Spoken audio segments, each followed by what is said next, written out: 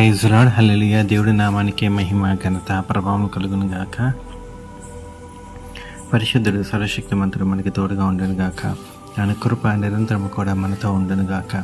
ఈ ఉదయకాల సమయంలో దేవుడు మనతో మాట్లాడుచున్న మాట యెషయా గ్రంథము 52వ అధ్యాయము 12వ వచనము. మీరు త్వరపడి బయలుదేరరు, పారిపోవు రీతిగా వెళ్ళరు. యెహోవా మీ ముందర నడుచును. ఇజ్రాయేలు దేవుడు మీ సైన్యపు వెనకటి భాగమున కావలి కాయను.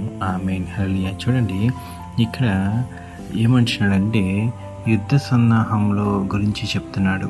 అయితే యుద్ధము అనేది మరి శత్రువు మరి దేశం మీదకి వచ్చినప్పుడు యుద్ధం చేయాలి. కాబట్టి ఒకవేళ ఆ శత్రువు బలము భయంకరంగా ఉంటే గనక, ఆ బలం అధికంగా ఉంటే గనక కొంచెము భయపడతాం. ఎందుకంటే మరి శత్రువు బలం భయంకరంగా ఉంది కదా.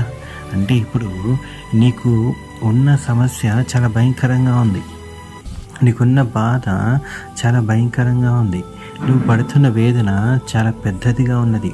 నువ్వేమనుకుంటున్నావంటే ఈ వేదన ఇంత పెద్దదిగా ఉన్నది, దీన్ని ఎలా భరించాలి, దీన్ని ఎలా దాటాలి, ఎలా ముందుకు వెళ్ళాలని మరి అంటే టెన్షన్లో ఉంటుంటావు, ఆలోచనలో ఉంటుంటావు.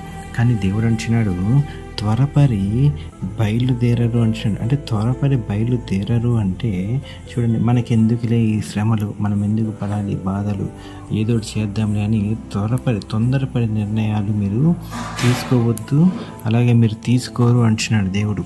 ఇంకొకటి ఏంటంటే మీరు పారిపోవు రీతిగా వెళ్ళరు అంటున్నాడు. అంటే మీరు పారిపోరు, ఆ రీతిగా నేను జరగనివ్వను. ఆ సమస్యకి మీరు పోరాడుచున్నప్పుడు మీ మీద మీకు వచ్చిన సమస్యని నేను జయము పొందనివ్వను అంటున్నాడు. ఇంకోటి ఏంటంటే మీ ముందర నడిచేవాడు ఇజ్రాయేలు దేవుడై ఉన్నాడు. అంటే చూడండి, మనము నమ్ముకున్న దేవుడు, మనము నమ్ముకున్న దేవుడు, మనల్ని నడిపిస్తున్న దేవుడు, ఆయన మనకంటే ముందుగా నడుస్తా అంటున్నాడు ఆయన. అందుకే ఏ శత్రువుని చూసి భయపడద్దు అంటున్నాడు, మరి ఏ విపత్తుని చూసి భయపడద్దు అంటున్నాడు, మరి ఎలాంటి గాఢాంధకార శక్తులను చూసి భయపడద్దు అంటున్నాడు, ఏ బాధ వేదన చూసి భయపడద్దు అంటున్నాడు. ఎందుకు అంటే నేను మీ ముందర నడిచిచున్నాను అంటున్నాడు. ఆయన మన ముందు నడిస్తే మనకు విజయము. ఆయన నడిచేంత వరకు మన ఓపిక పట్టాలి. ఒక్కసారి దేవుడు మన ముందు స్టార్ట్ చేశాడా, ఇక మనం ధైర్యంగా ముందుకెళ్ళిపోవచ్చు. అందుకే దేవుడు అంటున్నాడు, నేను మీ ముందర నడిచేవాడు అంటున్నాడు. ఈ పునరుద్ధాన దినమున, ఈ ఆరాధన సమయమున దేవుడు మనతో మాట్లాడుచున్న మాట, నేను మీ ముందర నడుచున్నవాడను. ఆమేన్, హల్లెలూయా. మరి గొప్ప వాక్యము దేవుడు దీవించి ఆశీర్వదించునుగాక. ప్రార్థన చేసుకుందాం. పరిశుద్ధుడు, సర్వశక్తిమంతుడు, సర్వాధికారి, అయ్యా వందనములు దేవానికి స్తోత్రం చెల్లిస్తున్నామయ్యా. నిన్న నేడు ఏకరీతిగా ఉన్న తండ్రి, నీకే వందనాలయ్యా.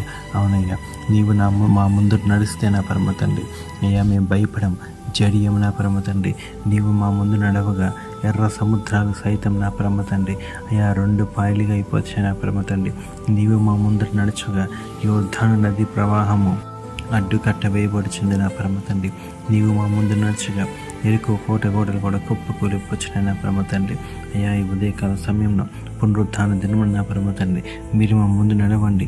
మాకున్న బాధలు, వేదనలు, సమస్యలన్నీ కూడా అయ్యా నా పరమ తండ్రి నీ ఆరాధనలో తొలగిపోవటకు కృపని వాక్యం దయచేయండి. అయ్యా వందనములు దేవా, వందనములు తండ్రి, వందనములు పరిశుద్ధరానికే స్తోత్రం చెల్లిస్తున్నామయ్యా. ప్రతి ఒక్కరిని జ్ఞాపకం చేసుకొని దీవించండి, ఆశీర్వదించండి. అదే రీతిగా నా పరమ తండ్రి యేసయ్యా, అయ్యా మరి ప్రతి ఒక్క బిడ్డని దీవించండి. మీ దాసుని దాసురాలు కూడా జ్ఞాపకం చేసుకోండి. ఏ జరుగుతున్న ఉపవాస ప్రార్థనలు దీవించండి, ఆశీర్వదించండి. ఈ హోలీ స్పిరిట్ మినిస్ట్రీస్ని కూడా జ్ఞాపకం చేసుకోమని పరిశుద్ధుడు, సర్వశక్తిమంతుడు దేవుడి నామంలో, కృపగల తండ్రి నామంలోనే ఈ ప్రార్థన అంతా కూడా అడిగి పెట్టుకుంటున్నాం నా పరమ తండ్రి. ఆమేన్, ఆమేన్, ఆమేన్.